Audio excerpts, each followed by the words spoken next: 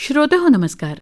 चिंतन या कार्यक्रमामध्ये आज आपण ऐकणार आहोत सुसंवाद साधण्याने प्रसाद कुलकर्णी यांचे विचार. या 1-2 दिवसामध्येच व्हॉट्सॲप युनिव्हर्सिटीवर एक पोस्ट वाचनात आली.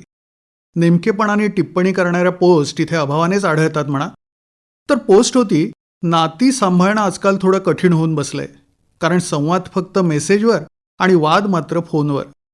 आता उरल्या भावना त्या स्टेटसवर कळवल्या जातात. संवाद साधल्याने किंवा सुसंवादाने किंवा बोलण्याने प्रश्न गुंता सुटतो असं म्हटलं जातं. असेलही किंवा बरोबरही असेल, परंतु नुसत्या संवादाने प्रत्येक वेळी प्रश्न सुटतील का किंवा सुटतात का, या प्रश्नांचा थोडा सविस्तर विचार करूया. सर्वप्रथम संवाद साधण्यासाठी किमान 2 व्यक्ती लागतात. त्या व्यक्ती या प्रश्नावर आपल्याला तोडगा काढायचा आहे न की एकमेकावर आपल्या म्हणण्याचा आघात करत राहायचंय, या किमान विचाराने एकमेकांसमोर याव्या लागतात. म्हणजे दुसऱ्या शब्दात, सुसंवाद साधताना आपल्याच विचाराला चिकटून न राहता समोरची व्यक्ती काय म्हणते किंवा त्याच्याही म्हणण्यामध्ये तथ्य आहे का, याचा त्यांनी विचार करायला हवा. विरोधाला विरोध करत संवाद साधत राहिलं तर कितीही बोललं तरी प्रश्न मात्र सुटणार नाही. त्यामुळे दोघांकडेही बऱ्यापैकी श्रवणशक्ती असायला हवी, ज्याला गुड लिस्नर असं आपण म्हणतो. नाहीतर होतं काय, एक पोटतिडकीने बोलत असतो आणि समोरचा ऐकून दुसऱ्या कानाने सोडून देत असतो. कसा व्हायचा सुसंवाद आणि कसा सुटायचा प्रश्न? संवाद साधण्याने प्रश्न सुटतात, पण कधी दोघांच्याही विचारात सकारात्मकता असेल, खरंच यातून काही सकारात्मक मार्ग निघावा असं मनापासून दोघांनाही वाटत असेल, आपण संवाद साधतोय, वाद घालत नाहीये, ही जाणीव असेल तर. प्रत्येकजण आपल्याच मताला चिकटून राहिलं, जराही लवचिकता दाखवली नाही, मग प्रश्न सुटायचा कसा?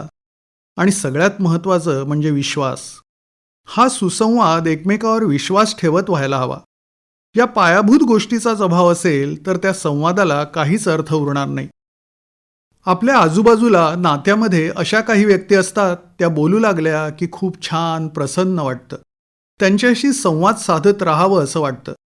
याउलट काही व्यक्ती बोलू लागल्या की चिडचिड होऊ लागते, त्यांचं बोलणं थांबावं असं वाटू लागतं. संवादाला ठामपणा निश्चित असावा, परंतु आपलं मत समोरच्यावर लादण्याचा अट्टाहास न करता ते त्याला व्यवस्थित पटवून समजावून सांगण्याचा भाव मात्र असायला हवा. मित्रांनो, म्हणजे फिरून आपण पुन्हा एकदा त्याच जागी आलो की संवाद साधण्यासाठी सकारात्मकता असायला हवी.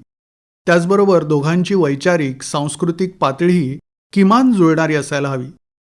फक्त माझ्यापुरतं इतकंच धरून संवाद झाला की त्याला व्यापकता येत नाही. आजची शालेय जीवनातली पिढी घडवायची असेल तर शिक्षणाबरोबरच त्यांच्याशी मनमोकळा संवाद साधून संस्कार करण्याची आत्यंतिक गरज आहे.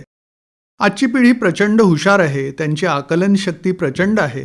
त्यामुळे अजाणतेपणी ती कोणत्याही मार्गाला जाऊ शकतात. त्यांची कोवळी मनं सुसंस्कारित व्हायला हवी. एखादी चुकीची गोष्ट त्यांच्याकडून पुन्हा पुन्हा होत असेल तर त्याच्या मुळाशी जाऊन आणि त्यांच्याशी संवाद साधून उपाय शोधायला हवा. लहानपणापासून त्यांच्या कानी सतत जे पडत राहतं ते त्यांच्या बोलण्यामधून व्यक्त होत असतं. एक संयमी, सुसंस्कृत, सुजाण समाज घडवायचा असेल तर संवाद नाही, सुसंवाद घडायला हवा. समर्थ रामदास स्वामींनी आपल्या मनाच्या श्लोकात अगदी नेमकं म्हटलंय, जनी वाद वेवाद सोडून द्यावा, जनी वाद संवाद सुखे करावा. जगी तोची शोक संतापहारी, तुटे वाद संवाद तो हितकारी. सुसंवाद साधण्याने प्रसाद कुलकर्णी यांचे विचार श्रोतेहो आत्ताच आपण ऐकले चिंतन कार्यक्रमामध्ये.